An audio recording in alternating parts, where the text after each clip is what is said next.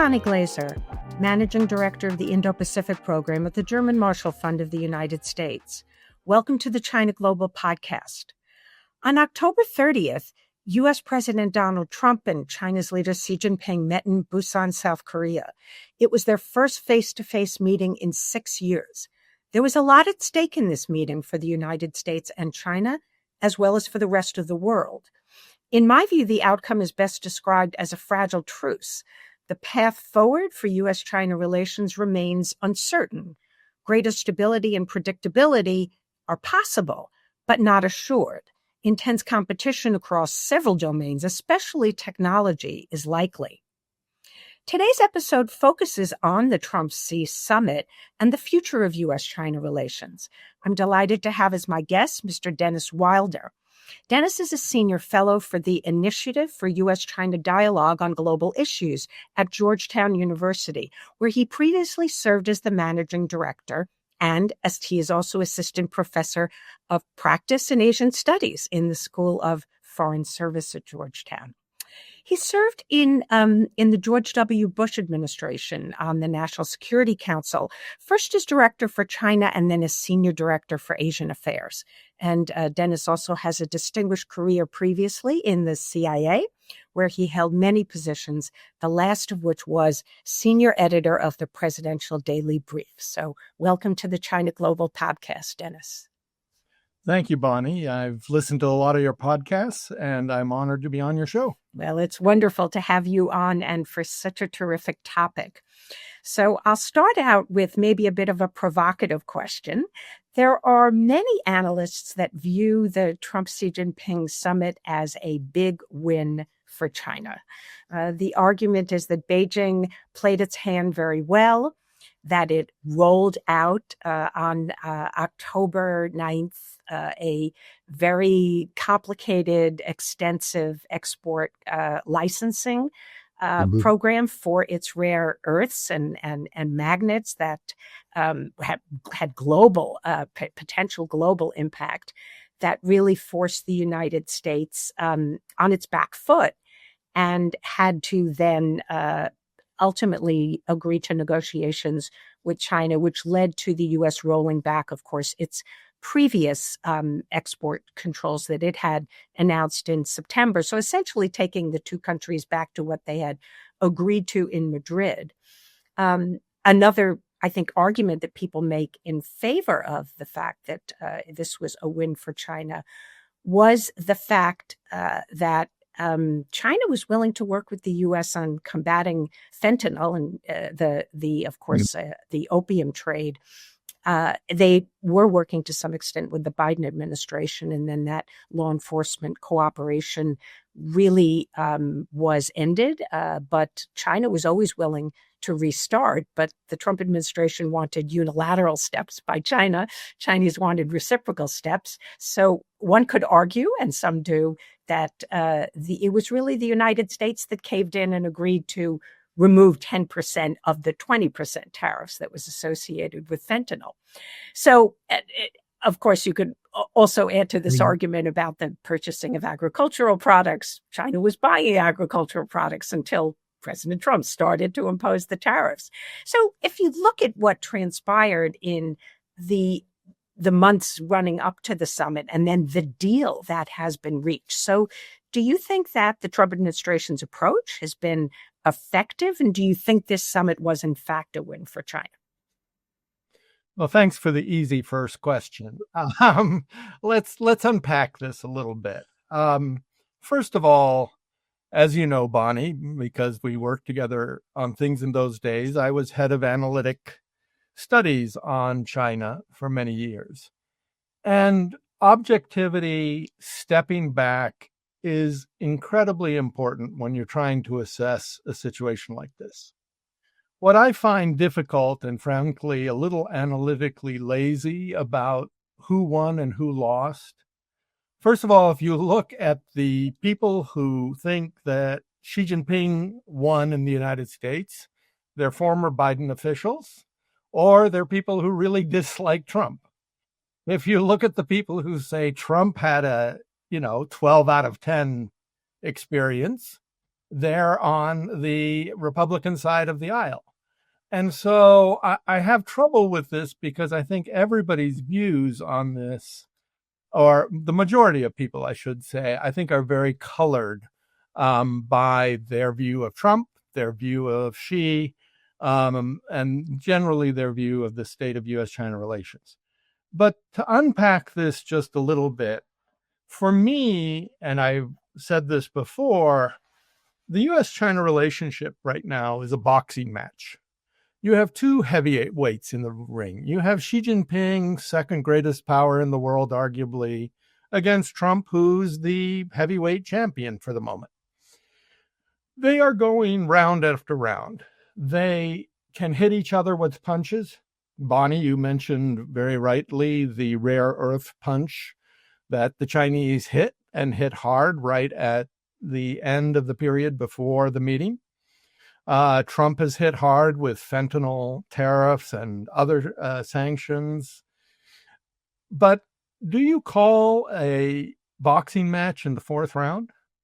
No, because both fighters are still on their feet. Frankly, I don't think either fighter is about ready to knock the other down. I think both economies can sustain whatever damage they receive. And so I think for us to sit here and judge by each tactical round who's winning and who's losing, sure, it's a fun game, but it isn't, to me, very satisfying. On particular issues you mentioned, because there's one that I must admit is a hobby horse of mine, and that is fentanyl. I am very skeptical of those from the Biden administration and elsewhere that said we really made progress on fentanyl. It's the Trump administration who refused to work with the Chinese.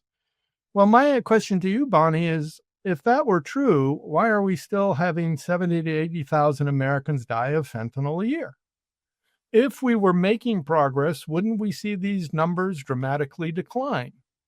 Moreover, if you read the reporting from groups like Reuters, who have actually bought fentanyl from Chinese companies, it is the easiest thing in the world. It's like going on eBay. And so for the Chinese to sit there and say, well, we're really working hard on this, well, the old saying, where's the beef? I don't see it. I've talked to Biden administration officials. They swear up and down that they were making great progress. But the proof has to be in the pudding. And I spend my summers in Western New York State, near Buffalo, in one of the poorest counties in the nation, Chautauqua County. I'm telling you, in Jamestown, New York, fentanyl is a disaster. The kids are dying. People between 18 and 47, it's the biggest killer. And so for East Coast elites to sit around and say, oh, we're making progress with the Chinese because they sit down at nice meetings with us and we drink tea with them, I'm not convinced. And I think what Trump has done here is said, we're going to hold your feet to the fire. Remember that he said, I will take 10% off now of that tariff, but the other 10 stays on. And my understanding is we're going to give the Chinese a demand list. We're not going to say, well, what are you willing to do? We're going to say, this is what you should be doing. And if the Chinese don't come through, then the tariffs go back up. And I think that's the only way to play because, frankly, the Chinese have played us on this issue for a long time, and we've been far too willing to take a lot of empty promises. Just a few days ago on November 1st, the White House posted a fact sheet on what was agreed upon from the U.S. perspective in the leaders' meeting. And the Chinese, of course, posted earlier a short readout. There seems to be a number of discrepancies between the U.S. and the Chinese readouts or fact sheets. And I wonder if you have concerns about whether the two countries are on the same page, particularly on the issue of export controls, where the Chinese didn't even mention what they have pledged on export controls. So on all of these issues, whether we're talking about how much China will purchase from the United States or what they will do on fentanyl, or whether they will eliminate their export licensing or issue global export licenses to companies around the world, Do you have any concerns that maybe there isn't an agreement? At least so far, nothing has been signed. Right. Yeah.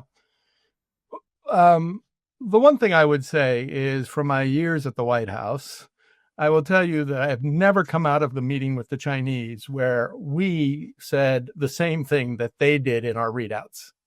Everybody always makes these readouts read in their favor. And they always make them, and we're as guilty as,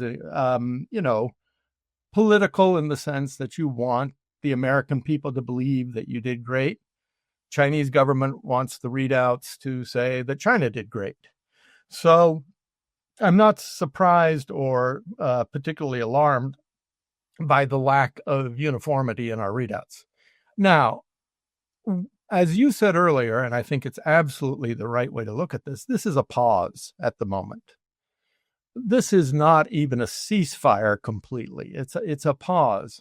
We both have sort of uncocked our weapons, but we both have kept our ammunition in the chamber. And at any moment, we could be back in the drink with each other because the level of trust between the United States and China is near zero. This is not a negotiation of trust. This is a negotiation where each side is holding a loaded pistol. And in order to keep from getting shot one by the other, you're making agreements. But you're certainly not in a position to be in trust. Now, on rare earths, for example, the Chinese can, of course, say very vaguely that we're not going to enforce these restrictions. But the big question for the U.S. side is, you can still enforce the restrictions on American military customers, because the only way you know whether or not you're restricted is you put in an application, a license, and either it's approved or disapproved, or it sits indefinitely. So it is very hard until this is all tested to know where the Chinese line on rare earths is going to be. Is it going to be that they'll open up to everybody but defense firms around the world? Or will they actually open up to defense firms? And I agree with you. I think the Chinese readout doesn't tell us the answer. So we don't know quite where we are in rare earths. Similarly, I think the Trump administration is incredibly confusing on semiconductors. On the one hand, the bureaucracy clearly doesn't want NVIDIA doing anything with China in the H20 and above space. And clearly the president of the United States has a very different view and is listening to NVIDIA's chief executive officer. So when we vaguely sign on to being, less restrictive, I don't know what that means, because I don't know actually where the system is. Ling Wei had a very interesting report in the Wall Street Journal where she said that there was actually a discussion beforehand, and Rubio and others, I think Lutnick as well, convinced the president not to move. But that's one moment in time. And as we know, tomorrow's a new day with this president. Every day is a new day with this president. So he could reverse that.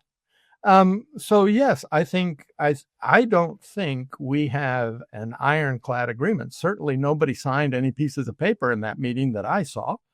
And so I think we're in a pause.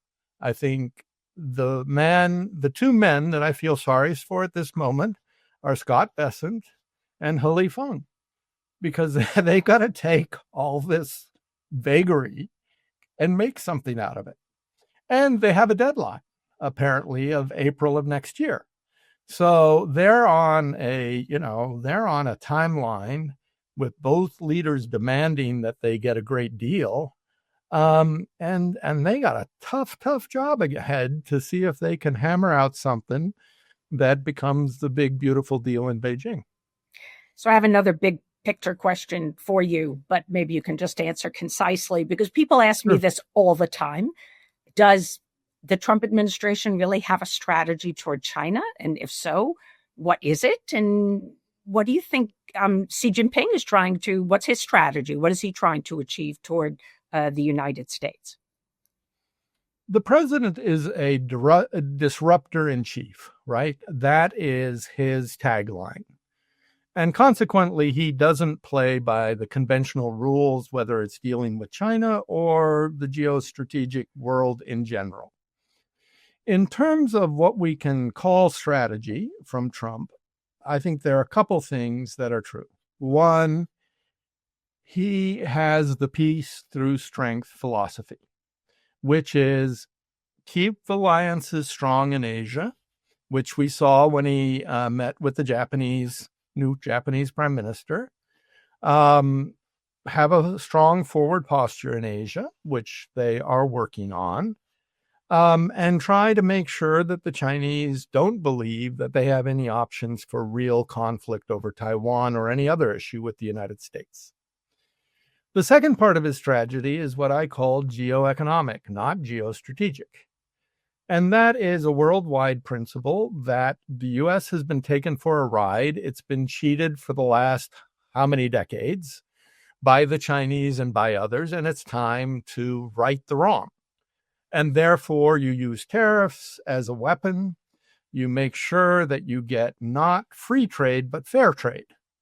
And so I think these are the very vague, big principles. So if you want to call them a strategy, I guess they're a strategy. But it is vague. It isn't articulated in any documents. One of the things, as you know, Bonnie, we're waiting for the National Defense Strategy. Maybe that will give us more clarity. Maybe it won't. I don't know. I don't know what you're hearing yet. And what do you think Xi Jinping is trying to achieve? Is he trying to buy time so that China can pursue more effectively its policy of technology self-reliance and his goal of national rejuvenation? Is that what he's trying to achieve? What do you think he wants from the United States, other than just get the United States off his back and stop blocking technology transfer? Yeah. Right? Yeah. I've come to the conclusion that the great strategic desire of China is that Chinese exceptionalism be accepted in the world. In other words, the United States has had American exceptionalism for a good long time. We are the city on the hill. We perfected the best democracy ever 250 years ago. We have a system of government that is magnificent, a system of economics that works, and the world should copy that model. And in fact, under my president, we had something called the Freedom Agenda, where we, by the sword, were trying to export the model to places like Iraq and Afghanistan. It was a great belief in the American system and our values. Well, the Chinese have come to this themselves, that there is a Chinese model.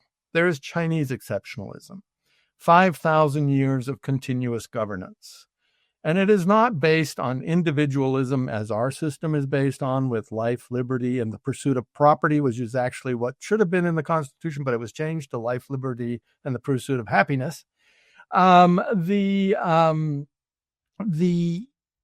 Chinese, it is a system of harmony and communalism that they are pushing. And what they say is, look, we have a model that works. Our economy booms. Our people are happy. They're not scared of drugs. They're not scared of guns on the street. There is no racial problems.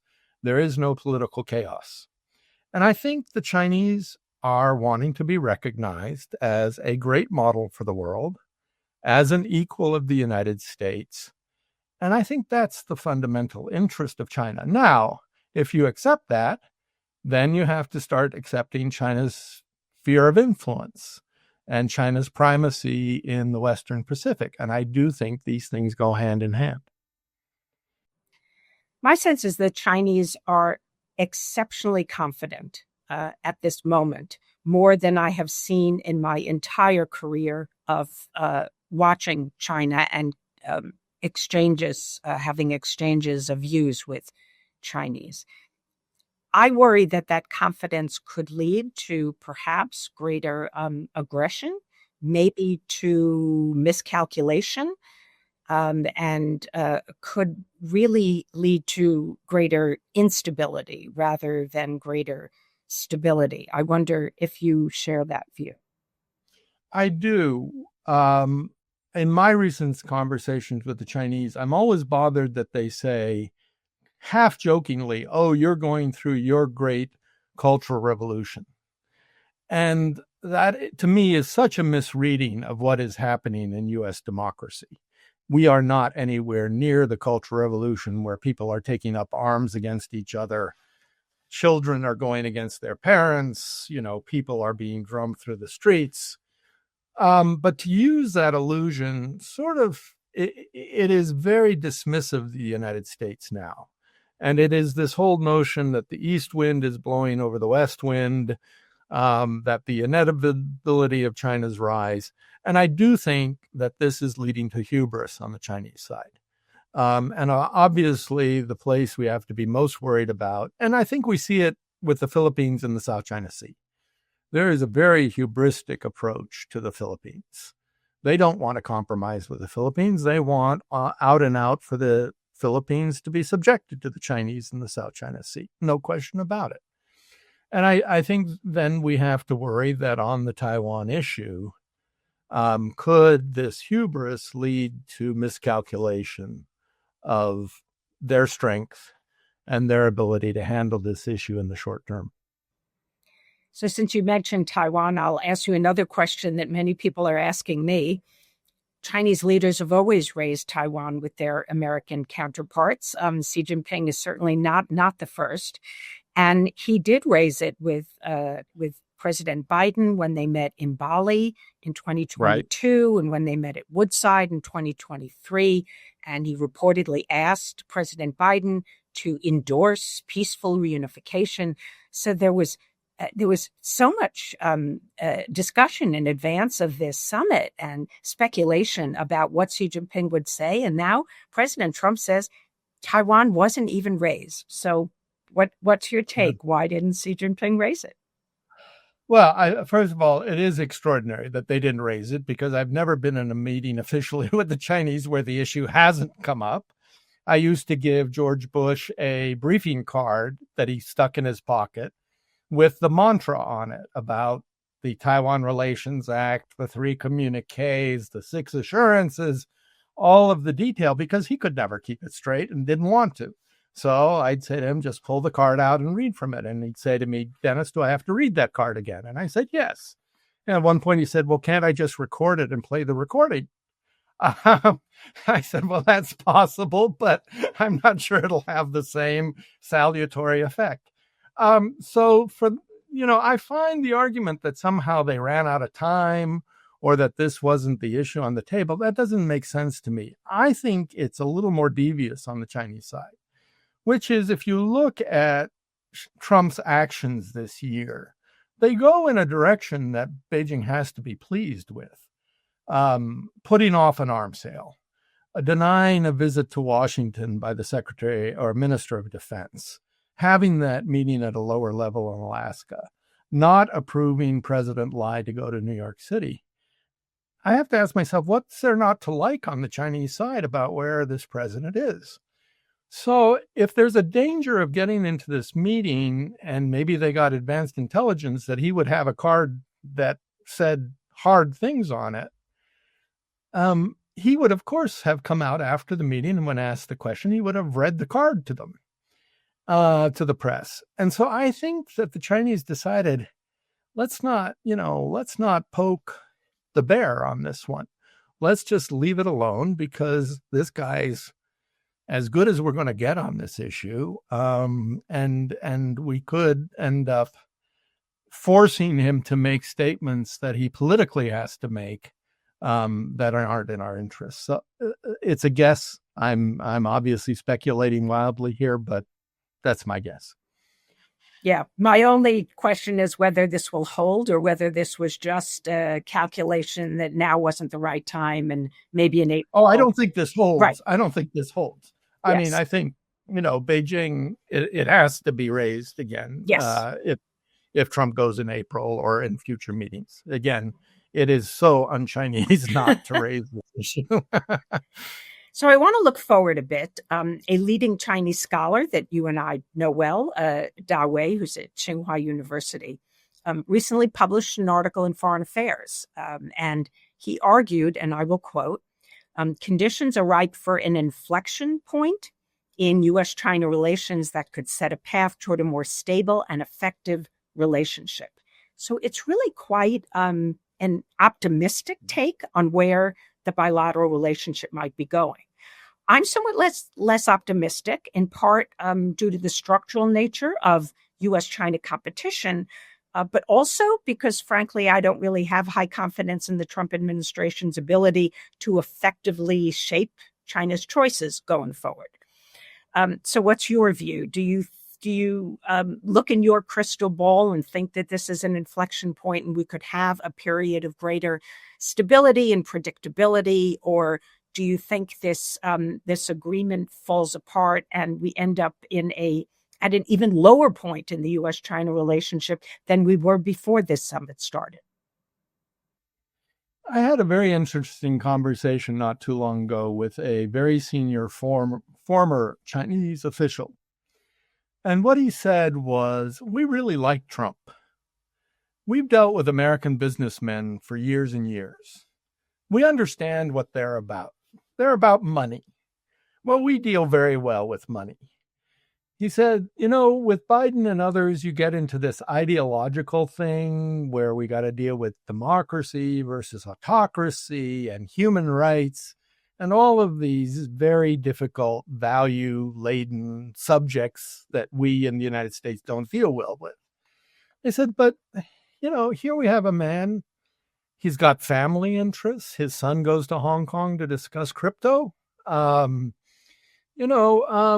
Maybe, this is a hopeful period and so from the Chinese point of view, if you will, it is a pivot point. They see a president who is not thinking in the same traditional geostrategic terms that we teach at Georgetown, that they teach at Harvard.